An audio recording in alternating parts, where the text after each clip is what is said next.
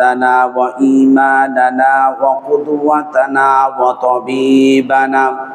وطبيبنا محمدا عبده ورسوله الذي أرسله بالحق بشيرا ونذيرا أما بعد فقد قال الله تعالى في كلامه المجيد والفرقانه الحميد أعوذ بالله من الشيطان الرجيم بسم الله الرحمن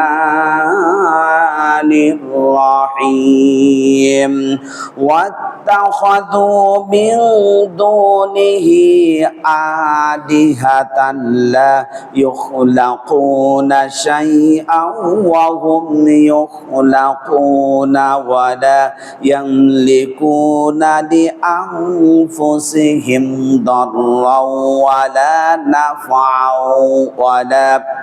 ولا يملكون موتا ولا حياة ولا نشورا قال الله تعالى في شان حبيبه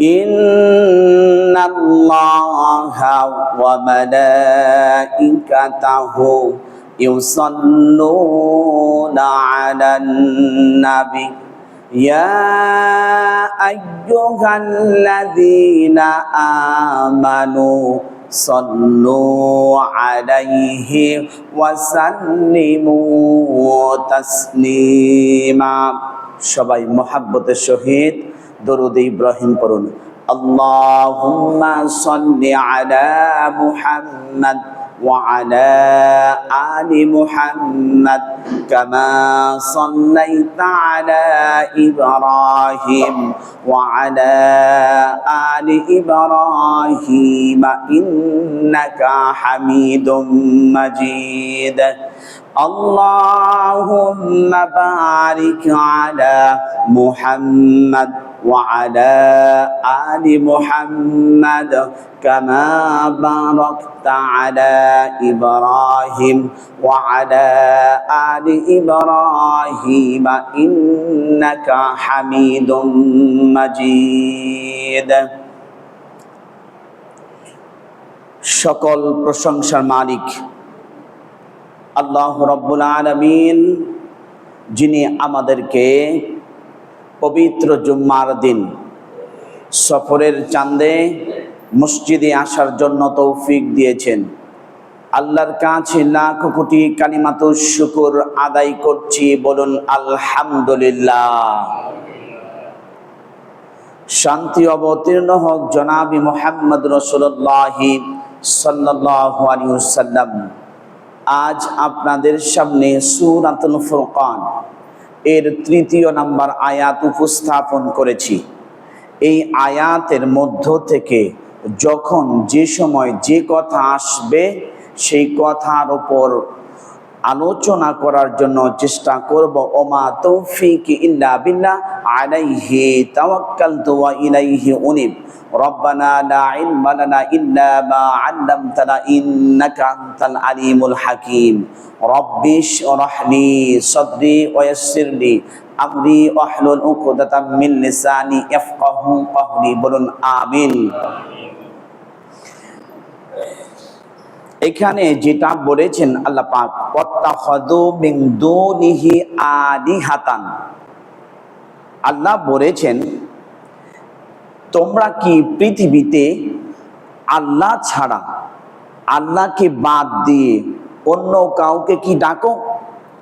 লা ইয়াখলাকুনা শাইআ ওয়া হুম ইয়াখলাকুনা, তোমরা যাদেরকে ডাকো লা ইয়াখলাকুনা শাইআ, তাদের ক্ষমতা নাই কোনো কিছু সৃষ্টি করার। ওয়া হুম ইয়াখলাকুনা, তারাই সৃষ্টি। লা ইয়ামলিকুনা লিআনফুসিহিম, তারা কোনো মানুষের উপকার করতে পারে না।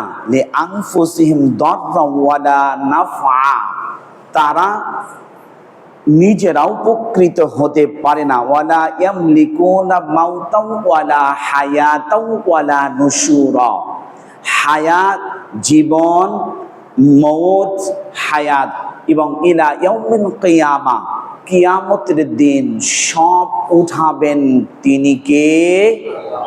সেই আল্লাহ পাকের কাছেই সব ক্ষমতা।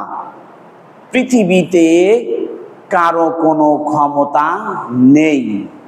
হয়তো ভৌগোলিক নিয়মে আপনি আমি বলেছি যে অমুকের ক্ষমতা আছে, অমুকের এইটা আছে, অমুকের সেটা আছে, এটা হলো ক্ষণিকের জন্য, ক্ষণিকের জন্য, স্থায়ী নয়। স্থায়ী ক্ষমতার মালিক হতেছেন আল্লাহ রাব্বুল আলামিন। তো যে আল্লাহ পাক বলেছেন ওয়াত্তাখাযু মিন দুনিহি আলিহাতান, তোমরা যে পৃথিবীতে আল্লাহকে বাদ দিয়ে অন্য কাউকে উপাসনা করছো, ডাকছো মাবুদ হিসাবে, ইলাহ হিসাবে, সব কিছুতে মানছো, কিন্তু তাই দেখো তো আল্লাহ পাক বলেন, ও দুনিয়ার মানুষরা, পৃথিবীতে এক গরু আর এক গরুর আইন মানে না, এক ছাগল আর এক ছাগলের আইন মানে না, এক মানুষ অপর মানুষের আইন মানে না, চেঞ্জ করতে চায়। বলেন ঠিক কিনা? আল্লাহ বলেন পৃথিবীতে যত মানুষ আছে, যত সৃষ্টিকুল আছে, কোনো ব্যক্তির কোন সৃষ্টির আইন স্থিরিত নয়, সব না চেঞ্জ হয়ে যায়, পরিবর্তন হয়ে যায়। কিন্তু আমি আল্লাহ যেটা আইন দিয়েছি এটার কোনো রদ নাই, এটার কোনো বদল নাই, এটার কোনো চেঞ্জ পরিবর্তন কোনো কিছুই নাই। সুবহানাল্লাহ। একজন মুশরিক বিশ্বনবী মুহাম্মদ রাসূলুল্লাহ সাল্লাল্লাহু আলাইহি ওয়াসাল্লামের কাছে আসলেন। আসার পর তখন বলছেন, তোমার কাঁধে ওটা কি? তখন বলছেন, ইয়া রাসূলুল্লাহ, হে হাবিবাল্লাহ, এটা আমার খোদা, এটা আমার ইলাহ, এটা আমি মানি, কারণ আমাকে সব কিছুর থেকে বিরত রাখবে। আমার যত দুঃখ দুর্দশা আছে, টাকা আছে, পয়সা আছে, সব কিছুর থেকে হেফাজত করবে, এই জন্য আমি তাকে কাঁধে নিয়ে রাখি, এটা আমার মনে। তখন বলছেন, তার পা ভাঙা কেন? বুখারী মুসলিমের হাদিস। আল্লাহর নবী সাল্লাল্লাহু আলাইহি ওয়াসাল্লাম বলেন, তখন জিজ্ঞাসা করার সঙ্গে সঙ্গে তিনি বলছেন, আমার প্রকৃতির ডাক আসলো, ন্যাচারাল কল আসলো, আমি তাকে রাস্তার একটা সাইডে রাখলাম।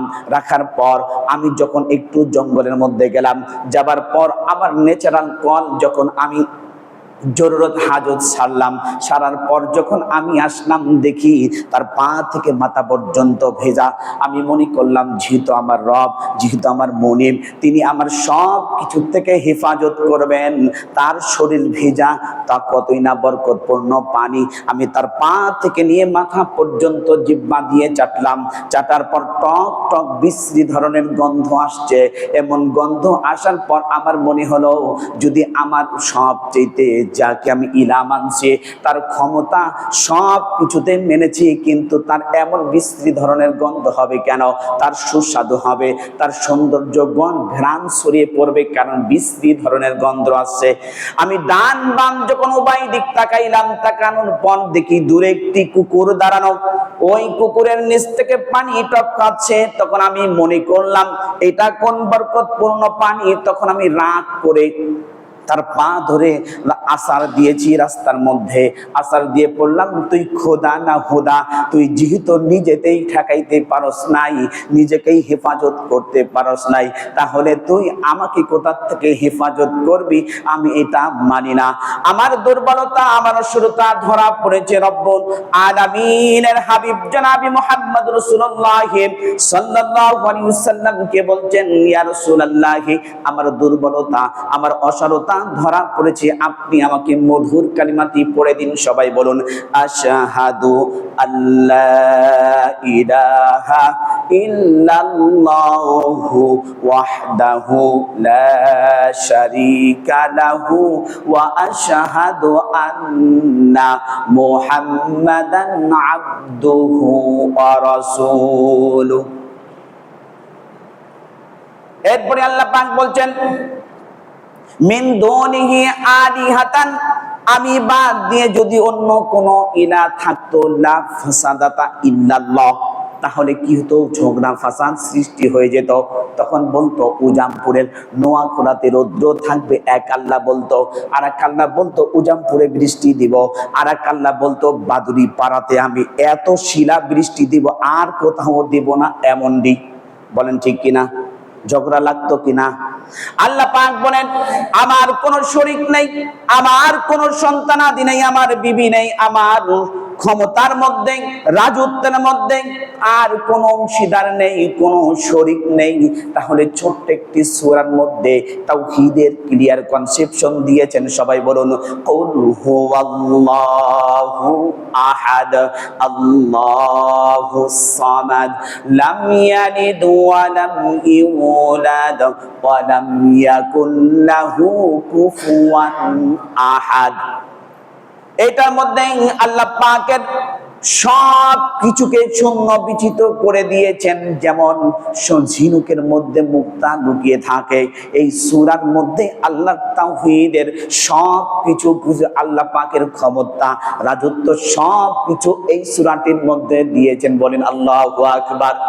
এরপর আল্লাহ বলছেন লা ইয়াখলাকুনা শাইআও ওয়া হুম ইয়াখলাকুন, আর তারা কোনো কিছু সৃষ্টি করতে পারে না, আর তারাই তো নিজেরাই সৃষ্টি। দেখেন লা ইখলাকুনা, লা মানে না, মা মানে হা, এখানে লামে তাকিদ ব্যবহার করেছেন। তারা কখনোই পারে না, সৃষ্টি করতে পারে না। কারণ আল্লাহ পাক বলেছেন পৃথিবীর কোন সৃষ্টি, সকল সৃষ্টি আমার, আর তারা কোনো কিছু সৃষ্টি করতে পারে না। সব কিছু আমার দেওয়া। তারা এসেম্বল করে নতুন করে একটা রূপ দিয়ে একটা নাম বলে, আর আমি এটা সৃষ্টি করেছি। লিল্লাহি মা ফিস সামাওয়াতি ওয়া মা ফিল আরদ। আল্লাহ পাক বলেন আসমান বানিয়েছেন যিনি, জমিনও বানিয়েছেন তিনি। বলেন তো সেই মালিকের নাম কি?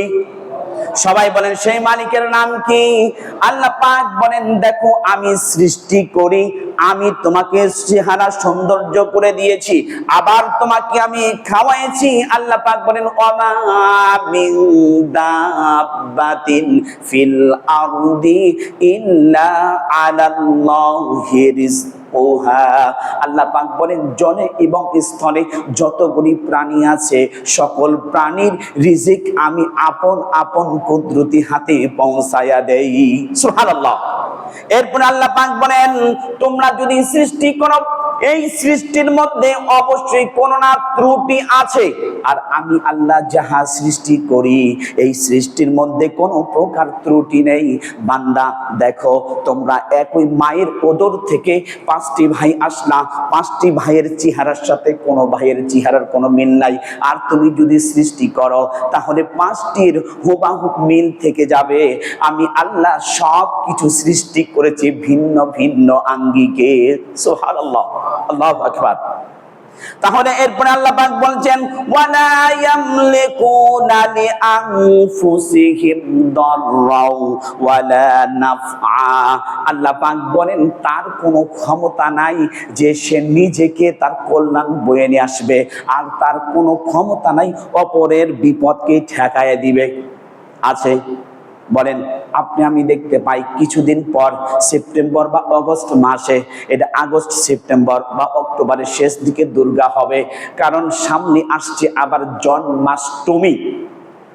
যে অষ্টমবার জন্ম নিয়েছেন জন্মাষ্টমী, দেখেন তাহলে ওই অত 10টি হাত আছে, একটা হাত দিয়ে যখন নাকের মধ্যে মাছি বসে, ওই মাছিটার ক্ষমতা নেই যে একটা মাছিটা তার 10টা হাতের একটা হাত দিয়ে উড়িয়ে দিবে। কারণটা হলো যখন তাদেরকে বলো ইযু ক্বালা লিআবিহি ওয়া কওমিহি মান তা'বুদুন, আল্লাহ পাকের হাবিব ইব্রাহিম খলিল বলেছেন তোমরা যেগুলি প্রতিমাগুলি বানিয়েছো বলো তো তোমরা কার ইবাদত করো? তখন বলছেন আমি ইবাদত করি তোমরা যাহা দেখতে পাও হে আমার পিতা, হে আমার সম্প্রদায়। তখন বলছেন যে আমি ইবাদত করি ক্বালু না'বুদু আসনা আনামান ফানাযাল্লু লাহা আকিফিন। আমি ইবাদত করি যাহা কিছু সামনে আছে আমাদের, এগুলির ইবাদত করি। তখন ইব্রাহিম আলাইহিস সালাম জিজ্ঞাসা করলেন, হো আমার পিতা, আমার সম্প্রদায় গোত্রের লোকেরা, দেশ ও জনপদের লোকেরা, শোনো, তাহলে কি তোমাদের কোনো উপকার করতে পারে? তোমাদের কোনো কথা শুনে তোমাদের ইলা কি খায়? তখন বলছেন সে খায় না, সে শোনেও না, সেও এক স্থান হইতে অপর স্থানে যেতে পারে না, সে উপকার করতে পারে না, কোনো ক্ষতিও করতে পারে না। তাহলে তোমরা কেন ইবাদত করছো? তখন সঙ্গে সঙ্গে বলছেন ইব্রাহিম, ক্বালা হাল ইয়াসমাউনাকুম ইয তাদউন। তাহলে যে ইলা শোনে না, যে দুঃখ দুর্দশা বোঝে না, তার কেন ইবাদত করছো? তাহলে তোমরা এটা কি করো? ছেড়ে দাও। আও ইয়ানফাউনাকুম আও ইয়াদুররুন। আল্লাহ পাক বলেন ওর উপকার ও কারো ক্ষতি কোনো কিছুতেই করতে পারে না। ঠিক আছে, তাহলে তোমরা কেন করছো? দেখেন, আপনি আমিও কিন্তু ঠিক বলি, এটাই আমি কেন করছি। আমার বাবা করেছে, আমার দাদা করেছে, পর দাদা করেছে, এইভাবে সিলসিলা ধরে দেখে আসছি, ঠিক এমনি করছে। মুসলমানের মধ্যে বাবা বেশি, হিন্দুদের মধ্যে মা বেশি আর দেবতা বেশি। বলেন ঠিক কিনা? মুসলমানের বাবার অভাব নাই, হিন্দুদের মা আর বাবার অভাব নাই, প্রতিমা দেবতার অভাব নেই।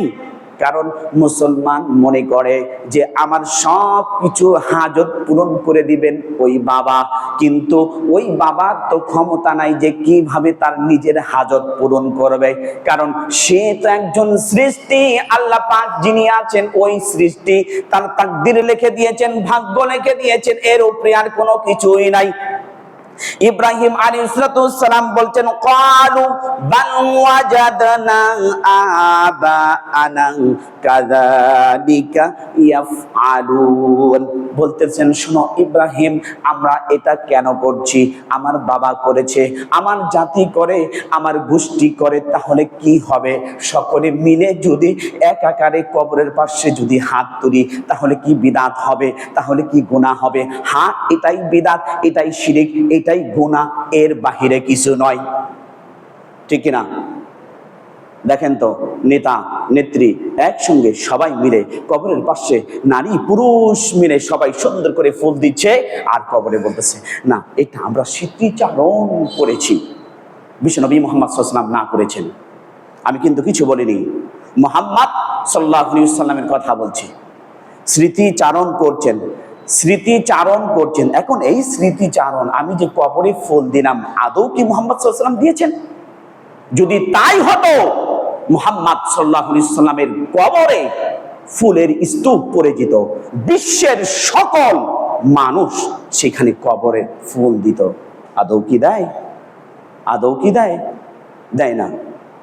ঠিক তেমনি ভাবে বলতেছেন ইব্রাহিম রে, ক্বালু বাল ওয়াজাদনা আবাআনা ওয়া কাযালিকা ইয়াফআলুন, কাযালিকা ইয়াফআলুন। আল্লাহ পাক বলেন, তোমরা যে যেই কাজটি করছো, শোনো, বাবা করেছেন, মা করেছেন।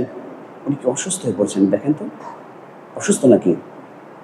যে এমনি করে বলেছেন, বলার পর শরীর খারাপ লাগলে একটু দেখেন তো, শরীর খারাপ লাগতেছে মনে হয়।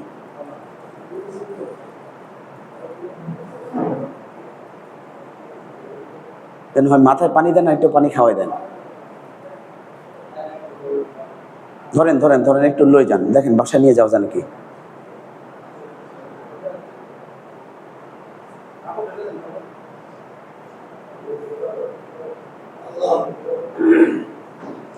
আমরা দোয়া করছি আল্লাহ পাক ওনাকে যাতে সুস্থতা দান করে দেয়। বলুন আমিন।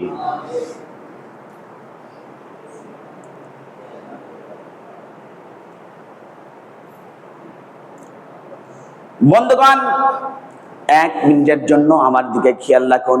ঠিক আপনি আমি যে কথাটা বলেছি এতে কোনো পাপ নাই, এতে কোনো গুনাহ নাই, এতে দিলেই সমস্যাটা কি? বিশ্বনবী মুহাম্মদ রাসূলুল্লাহ সাল্লাল্লাহু আলাইহি ওয়াসাল্লাম বলছেন, জিবরাইল আমি অমুক ঘরে থাকবো, সাফিয়ার ঘরে থাকবে, তুমি আসবে। জিবরাইল বলছেন হ্যাঁ আমি আসবো, আল্লাহর হুকুম। আপনি সাফিয়ার ঘরে থাকবেন। সাফিয়ার ঘরে যখন রয়েছেন, রাখা থাকার পর সেই দিন আর জিবরাইল আসে, বারবার ফিরত যান, কিন্তু কথা বলতে পারছে না। জিজ্ঞাসা করলেন পরের দিন যখন আসছেন, ও জিবরাইল তুমি কেন আসনি? তখন বলছেন, শোনো মুহাম্মদ সাল্লাল্লাহু আলাইহি ওয়াসাল্লাম, আমি তোমার ঘরের দরজার যখন আসছি, আসার পর দেখি তোমার খাটের নিচে হলো একটা কুকুরের বাচ্চা। ওই কুকুরের বাচ্চার কারণে আসতে পারি নাই, এটা হলো অপবিত্র। এই দিয়ে বুঝাইছেন যেই ঘরে মূর্তি থাকে, যেই ঘরে ছবি থাকে, বাবার ছবি, দাদার ছবি, নেতার ছবি, নেতৃত্বের ছবি, যত কিছু আছে, বিশ্বনবী সাল্লাল্লাহু আলাইহি ওয়াসাল্লাম বলেন ওই ঘরে কুরসিন কানেও আল্লাহর রহমত ঢুকবে। তাহলে এটা যদি মুহাম্মদ রাসূলুল্লাহ সাল্লাল্লাহু আলাইহি ওয়াসাল্লাম বলে রাখেন, তাহলে আপনি আমি সবচেয়ে হাই সোসাইটিতে, সবচেয়ে ভালো জায়গায় বসবাস করি। তাহলে দেখেন তো, এমন কোনো প্রতিষ্ঠান নাই, এমন কোনো শিক্ষালয় নাই, এমন কোনো অফিস আদালত নাই, সেইখানে কোনো নেতা নেত্রীর ছবি নাই। এটা হলো নিজের মন গড়া মতো বানিয়েছি, ঠিক না? আমি কিন্তু বলিনি, আমার একটা কথা নেই, ওয়াল্লাহি আল্লাহর কসম করে বলছি, আল্লাহর কসম করে বলছি, এটা মুহাম্মদ সাল্লাল্লাহু আলাইহি ওয়াসাল্লাম বলেছেন। মুহাম্মদ সাল্লাল্লাহু আলাইহি ওয়াসাল্লাম বলেছেন, যিনি শারি, আল্লাহ যাকে বানিয়েছেন শরীয়ত প্রণেতা, মুহাম্মদ রাসূলুল্লাহ। তাহলে দেখেন বলছেন, আবার সবচেয়ে আধুনিকতা দাবি করছি, মার ছবি যদি ঘরে না থাকে, বাবার ছবি যদি ঘরে না থাকে, নেতা নেত্রীর যদি ছবি ঘরে না থাকে, তাহলে আমি আংটির মধ্যে, লকেটের মধ্যে নিয়ে ঘুরছি। কিন্তু আপনি কখনো কি যেটা ভাবে লকেটের মধ্যে নিয়ে ঘুরছেন, আপনি এমন করে যদি আল্লাহ পাকের তাসবিহ পড়তেন, কালাম পড়তেন, সাব্বাহা লিল্লাহি মা ফিস সামাওয়াতি ওয়া মান ফিল আরদ, আসমান এবং জমিনে যাহা কিছু আছে সব কিছু তাসবিহ পড়েন কার? সবাই বলেন কার? এরপরে দেখেন আল্লাহ পাক বলছেন, লা ইয়ামলিকুনা লি আনফুসিহিম দাররাও ওয়ালা নাফআ। আল্লাহ পাক বলেন কুরসিন কালেও তার ক্ষমতা নাই তার কল্যাণ সাধিত করবে, অন্যের ক্ষতি করবে বা অন্যকে ক্ষতি থেকে বাঁচিয়ে দিবে।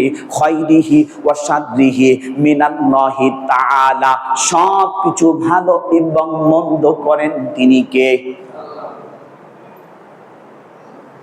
এরপর মুহাম্মদ রাসূলুল্লাহ সাল্লাল্লাহু আলাইহি ওয়াসাল্লাম যখন সাফিয়াকে বলছেন, সাফিয়া রে দেখো তো কি, তখন বলছেন জিবরাইল বলেন এখনো আপনার ঘরে আছে। যখন ওইটাকে বের করে দিলেন, ঝাড়ু দিলেন, পানি ছিটিয়ে দিলেন, জিবরাইল ঘরের মধ্যে ঢুকলেন। আল্লাহর হাবিব বলেন যেই ঘরে ছবি থাকে, মূর্তি থাকে, প্রাণীর ভাস্কর্য থাকে, ওই ঘরে কুরসিন কালেও আল্লাহর রহমতের ফেরেশতা ঢুকতে পারে না। এরপরে বলছেন কোন ক্ষতি কিছুই করতে পারে না।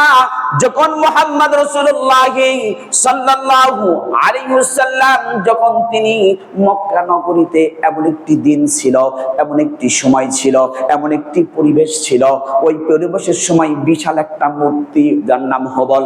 এই হুবল থা কিসি কা হুবল তে মন কিসি কা হুবল থা, হর হর কবিলে মন নয়া এক বিধাতা।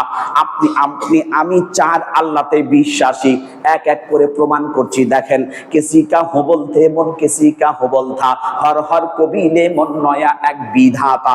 কারণ আপনি আমি চার আল্লাহতে বিশ্বাসী, চারটি ক্ষমতাতে বিশ্বাসী। এই আয়াত কোরআন প্রমাণ করে। আপনার আমার তাওহীদের মধ্যে গলদ আছে, আপনার আমার তাওহীদের মধ্যে সবচেয়ে দুর্বলতা আছে। কারণ এক কথাই প্রকাশ, আল্লাহ ছাড়া কোনো কিছু কেউ করতে পারে। আপনি আমি তাই কি বিশ্বাস করি? দেখেন তো কি বলছেন মুহাম্মদ রাসূলুল্লাহ সাল্লাল্লাহু আলাইহি ওয়াসাল্লাম যখন দেখছেন ওইখানে একটি পাত্র আছে, পাত্রের মধ্যে কয়টা চিরকুট আছে, তীর আছে, তীরের মাথায় কিছু লেখা আছে। যদি লেখা থাকে বিয়ে করো তাহলে করতে পারে, যদি লেখা থাকে না তাহলে বিয়ে করতে পারবে না।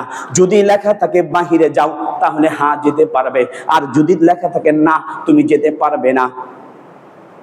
দেখেন এটা কি বলতেছি, আল্লামা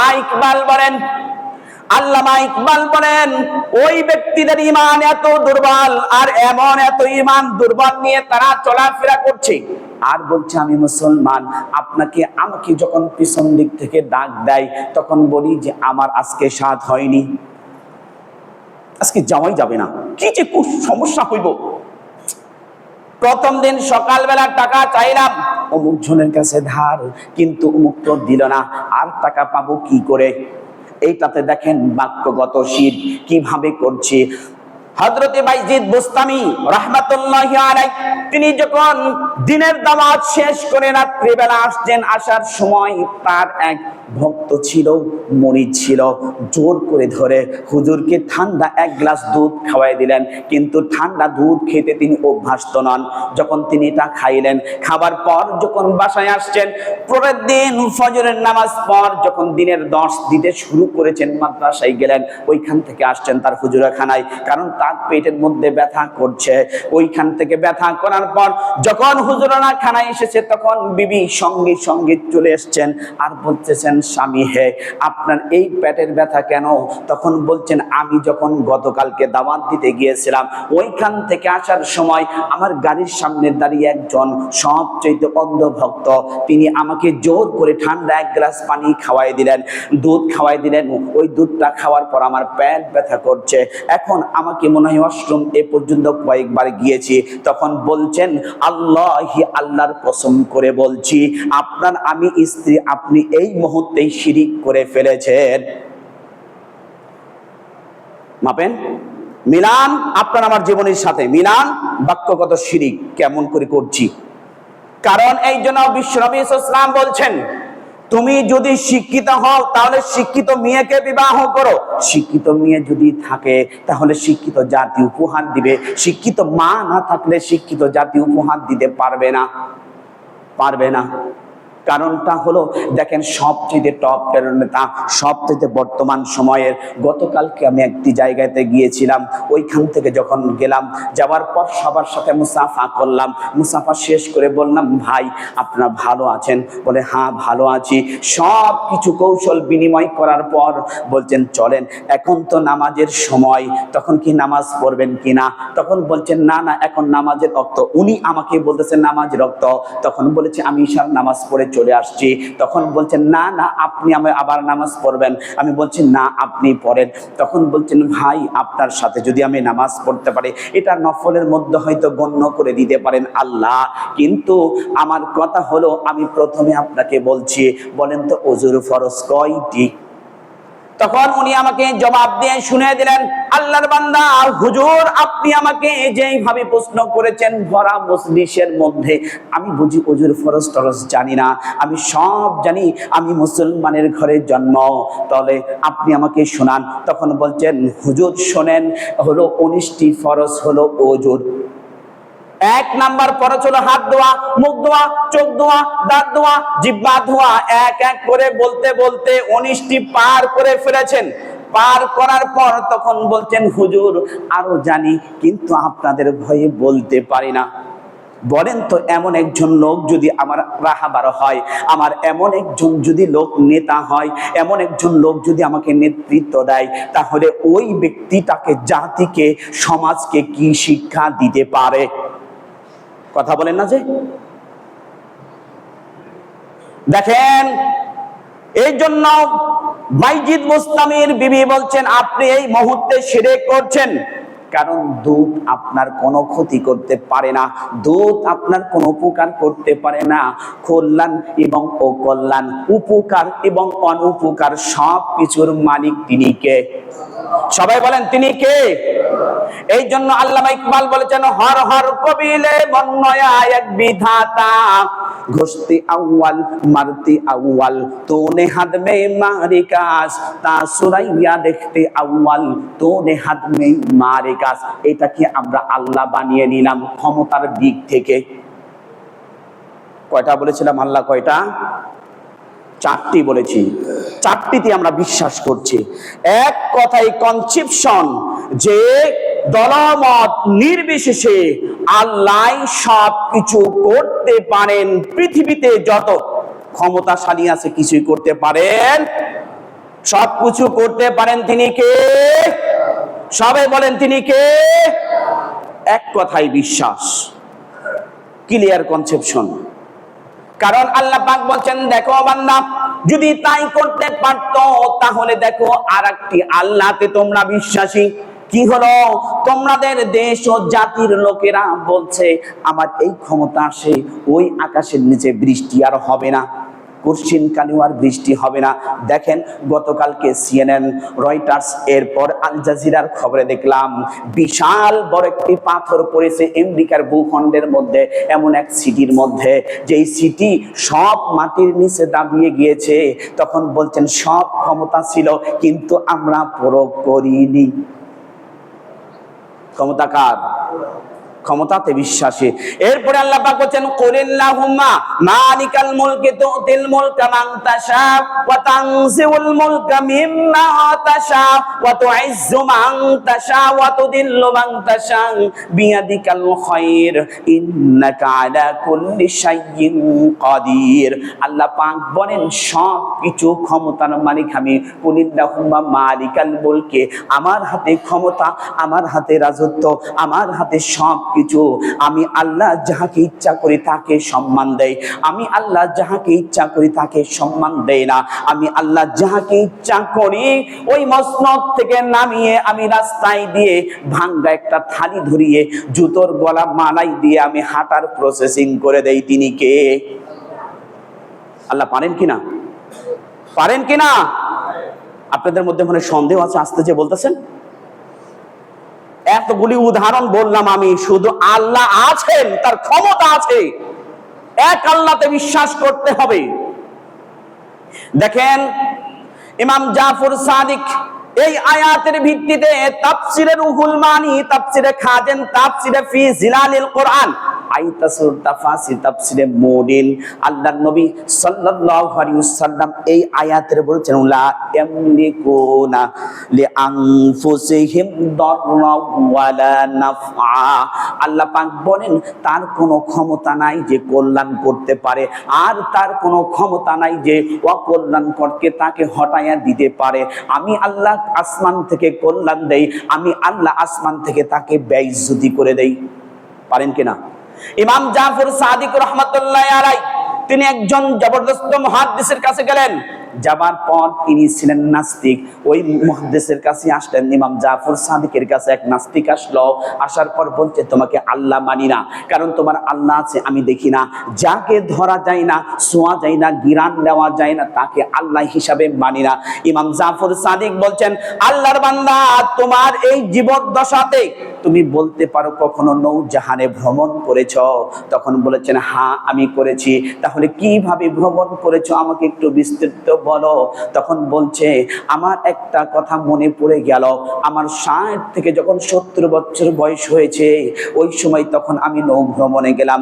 তখন নৌ ভ্রমণে যাওয়ার পর একদম সমুদ্রের মিডল পয়েন্টে যখন চলে গেলাম, চলে যাওয়ার পর এমন একটি ঝড় আসলো, পানি আসলো, এক ঝাপটা দিয়ে যখন ফেলায় দিল, এমন একটি জায়গায় ফেলায় দিল নৌকা চানাচুর হয়ে গিয়েছে, ভেঙ্গে লন্ড ভন্ড হয়ে গেছে, কেউ পানির নিচে ডুবে পড়ে গেছে, কেউ বা সাঁতরায় কিনারে গেছে।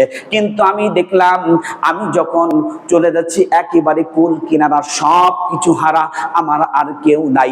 তখন আমি দেখলাম দূর হতে একটি কাষ্ঠখণ্ড আসতেছে, কিন্তু আমার থেকে অনেক দূরে ওই কাষ্ঠখণ্ডটা আস্তে আস্তে আমি পানি খেতে খেতে রীতিমতো পটকা মাছের মতো হয়ে পৃথিবীর থেকে বিদায় নিয়ে নিব। তখন বলছেন শোনো ওই সময় তোমার মুখ থেকে কি বাক্য এসেছিল? তখন বলেছিলেন একটি বাক্য এসেছে, আল্লাহ আমাকে বাঁচাও। সবাই বলেন আল্লাহু আকবার, আল্লাহ আমাকে বাঁচাও।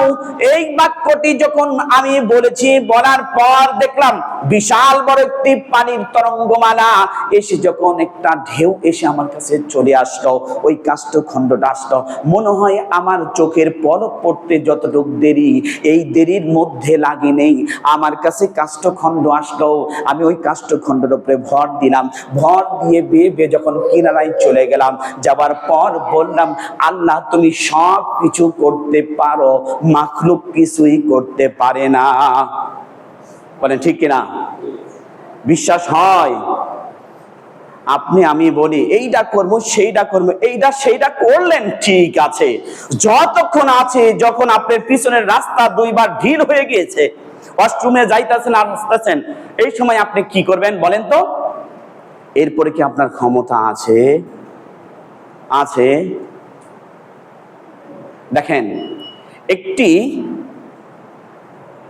ভিলেন মারা যাওয়ার আগে উনি বলেছেন আমাকে সিগারেট দাও, আমি সিগারেট খাবো। উনি বলেছিলেন মাথার মধ্যে বাইরেতেন আর বলতেন গতকালকে রাত্রে গুগলে যখন ঢুকেছি এই আয়াতের তাফসীর বের করার জন্য, মানে শেষ কপি যখন করব, তখন দেখলাম বলতেছেন ক্ষমতা রে ক্ষমতা, মাথার মধ্যে বাইরেতেছে ক্ষমতা রে ক্ষমতা। যখন মারা গেলেন উনি বলছেন হাই রে ক্ষমতা কিছুই নেই, আমার শুধু বডিটা সোজা হয়ে রয়েছে। যতক্ষণ টাকা পিস্তল ক্ষমতা আছে ততক্ষণ আপনি আমি আছি। টাকা আছে বন্ধু আছে, টাকা আছে বন্ধু নাই। আপনার চেহারা সুন্দর রূপ লাবণ্য আছে যতক্ষণ আছে, বান্ধবী বন্ধুকে, ভাইকে, বোনকে, বাবাকে, মাকে, আত্মীয় স্বজনকে, গ্রামের পাড়া প্রতিবেশীকে খাওয়াইতে পারবেন, দিতে পারবেন, ভালো দিতে পারবেন না, খাওয়াইতে পারবেন না। বলেন তো এখানে বুকে যতগুলি লোক আছেন হাত দিয়ে যে আমাকে ভালোবাসবে, একজন বলেন, একজন বলেন, বলেন তো দেখি, একজন বলেন। সকল কিছু দলমত ভেদাভেদ ভুলে গিয়ে ভালোবাসেন তিনি কে? দেখেন, গত শুক্রবার বলেছিলাম ভেঙ্গে ভেঙ্গে শব্দের অর্থ বলবো, ঠিক ভেঙ্গে ভেঙ্গে শব্দের অর্থ ব্যাখ্যা করার জন্য চেষ্টা করছি ইনশাআল্লাহ। এরপরে আল্লাহ পাক বলছেন মাউতাও ওয়ালা হায়াতাও ওয়ালা নুশুরা। সূরাতুল ফুরকান, ফুরকান অর্থ হলো সত্য মিথ্যা পার্থক্য সূচিত করে মানুষের সামনে উপস্থাপন করে দিবেন। এরপরে আল্লাহ পাক বলেন ক্বালু বাল ওয়াজাদনা আলাইহি আবাআনা কাযালিকা ইয়াফআলুন। আল্লাহ পাক বলছেন, তারা বলছে যে আমরা এগুলি আমার বাবা করেছে, আমার মা করেছে, আমি করেছি, সবাই করেছে, আমরাও করি না। বন্ধু, আপনাকে আমাকে ভুলে যেতে হবে। আপনার আমার ঘরে শোকেসের মধ্যে কোনো মূর্তি থাকতে পারে না, আপনার আমার ঘরে কোনো নেতা নেত্রীর ছবি থাকতে পারে না, আপনার আমার ঘরে আপনার আমার মা বাবার ছবি থাকতে পারে না।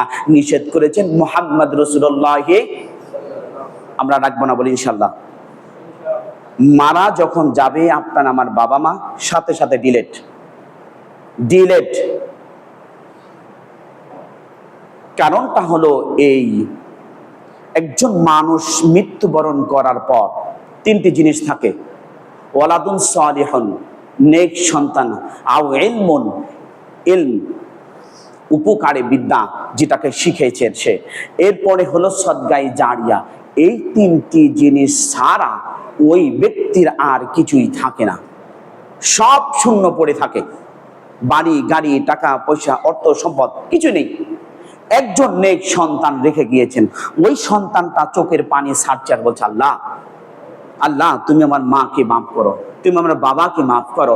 শেষ মুহূর্তে নামাজের শেষে বলছে রব্বির হামহুমা কামা রব্বায়ানি সগীরা।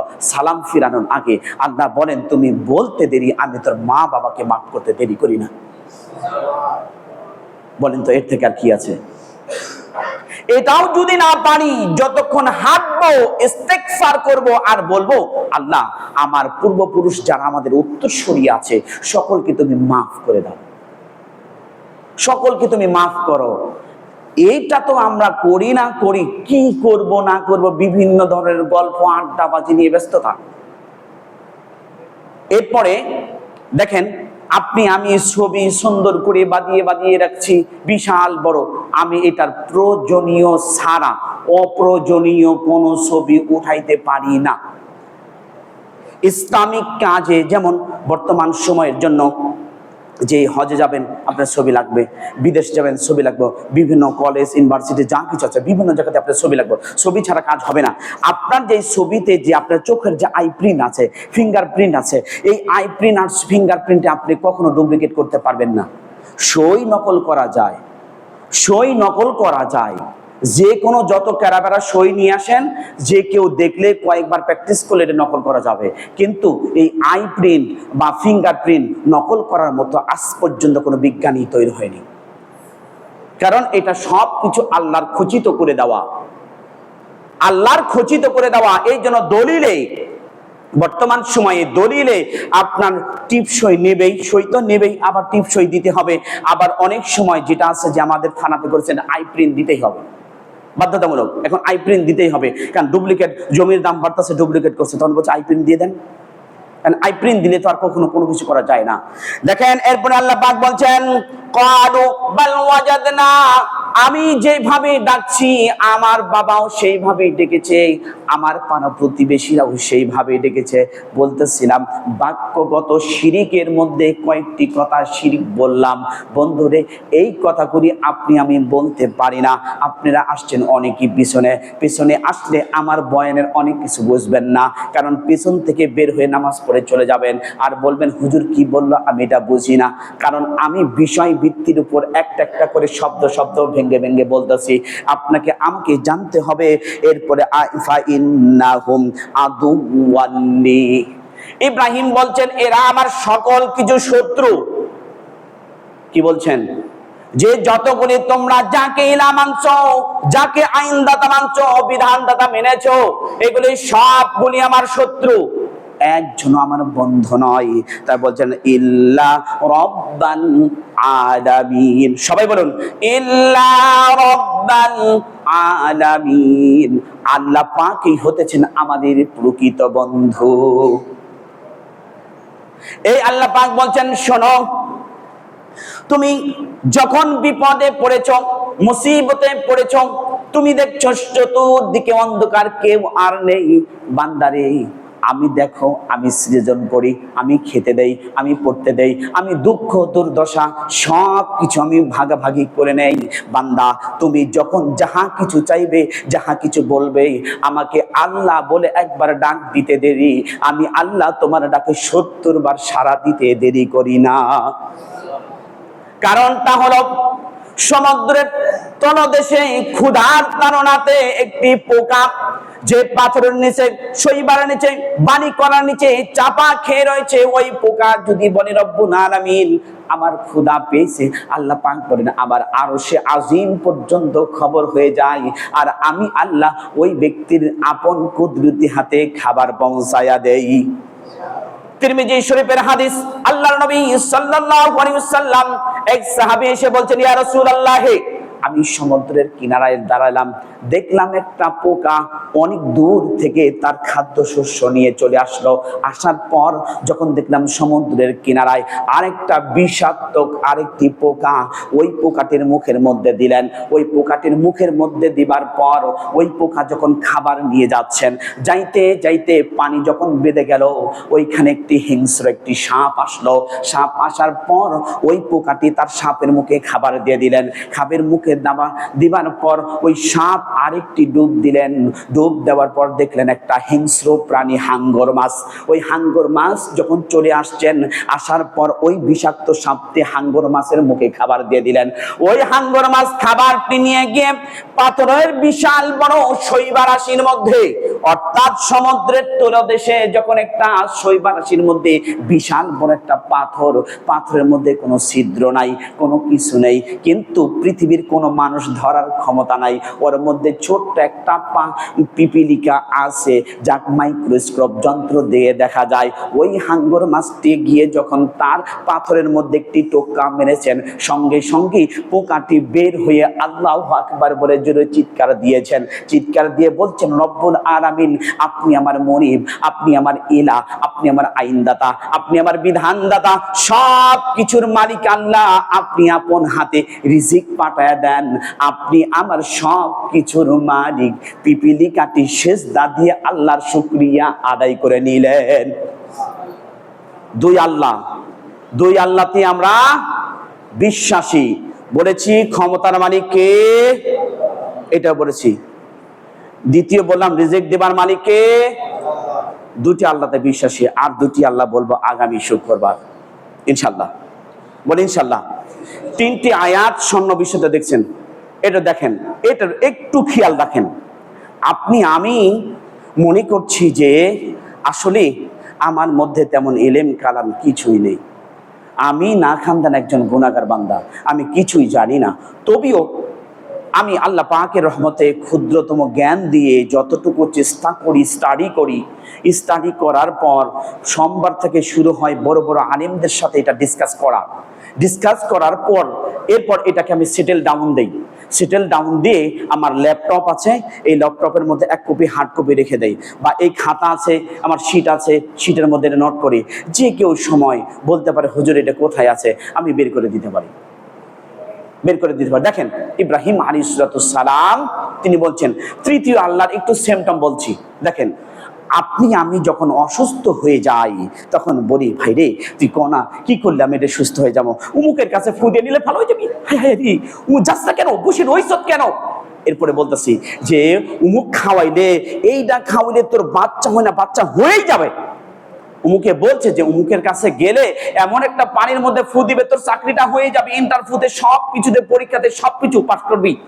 আমার এক দাদা ছিলেন, উনি বাউল গান করতেন, নাম ইয়াজউদ্দিন বয়াতি। উনি করছেন কি, ওনার কাছে একজন গেছেন এসএসসির ছাত্ররা পরীক্ষা দিতে, যে আমাকে একটা তাবিজ দিবেন। কি তাবিজ? যে আমি যাতে পাস করি। তো উনি তাবিজ দিচ্ছে, ঠিক আছে কয় টাকা লাগবে? কয় 500 টাকা করে দিবি। ততদিন তোর ছোট্টবেলার কথা বলছি, তৃতীয় শ্রেণীর যে সময় পড়ি, তাহলে বলছে 500 টাকা করে লাগবে। তাহলে কি করতে হবে? যে 500 টাকা দিবি, তাবিজ নিয়ে যাবি পরীক্ষার আগের দিন এসে। উনি লিখেছেন তাবিজের মধ্যে, যে পড়িবে সে পাস করিবে, যে পড়িবে না সে পাস করিবে না, লেখে সুন্দর করে তাবিজের মধ্যে ভরাই দিয়েছে। তখন পরীক্ষাতে কিছু আছে পাস করছে, কিছু আছে ফেল করছে। যারা পাস করছে তারা তো মিষ্টির বাক্স নিয়ে দাদার কাছে হাজির, আর যিনি ফেল করেছেন তারা বলছেন দাদা তুমি কি দিলা তাবিজ যে আমি পাস করি না ফেল করছি? তাবিজটা খোল।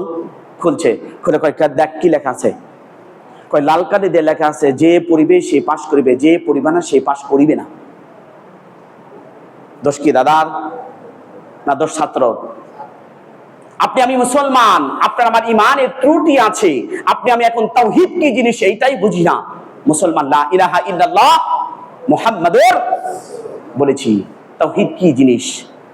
ইব্রাহিম তাওহীদ শিখাই দিয়েছেন আঙ্গুল দিয়ে, যে আঙ্গুল দিয়ে তাওহীদ শিখিয়েছেন, এই তাওহীদের আমরা অপব্যাখ্যা করছি, বিকৃতি করে আমরা মুসলমান চলছি। বলে ঠিক কিনা? কিভাবে করছি তো দেখান। আল্লাহ পাক আমাদেরকে তৌফিক কেনাত করে বলুন আমিন। এই তাওহীদ ছাড়া মানুষ অসম্পূর্ণ ঈমান। তাওহীদ, কুফর, শিরক এগুলিতে আপনাকে আমাকে ভালোভাবে জানতে হবে, বুঝতে হবে মুসলমান। এই জন্য আপনাকে আমাকে সব কিছু থেকে দূরে থাকতে হবে। আমি বলছি অমুকের রিজিকটা নষ্ট করে দেবো, ওর চাকরি খেয়ে দেবো, ও কি ঠেকানো, এই যে আপনি কথাটা বলছেন এটাও বাক্যগত শিরক। আপনার ক্ষতি করার মতো কোনো ক্ষমতাই নাই আছে। মানুষের যে বদনাম বললেন, আপনি যে বলতেছেন উমুক এডে করছে, আল্লাহর নবী বলছেন এটা হারাম। দেশ রক্ষার্থে গোয়েন্দাগিরি করা, গোয়েন্দার কাজ করা এটা জায়েজ। এছাড়া গোয়েন্দাগিরি করে একজনের পিছে দোষ ত্রুটি খুঁজে বের করে নিয়ে অপর সামনে উন্মুক্ত করা, এটা সম্পূর্ণ হারাম বলেছেন সূরাতুল হুজুরাত। খুলে দেখুন। কিন্তু আপনার আমার মুসলমান হওয়ার পর আমরা লা ইলাহা ইল্লাল্লাহ পড়ছি, 5 ওয়াক্ত নামাজ পড়ছি, হজ করছি, যাকাত দিচ্ছি, বিশাল তাহাজ্জুদ পড়ি, কোরআন শরীফ পড়ি প্রতিদিন, কিন্তু আপনার আমার মধ্যে এই দোষটাই সব থেকে বেশি। বলেন তো ভুল বলেছি একটা কথা? একটু বার করেন না।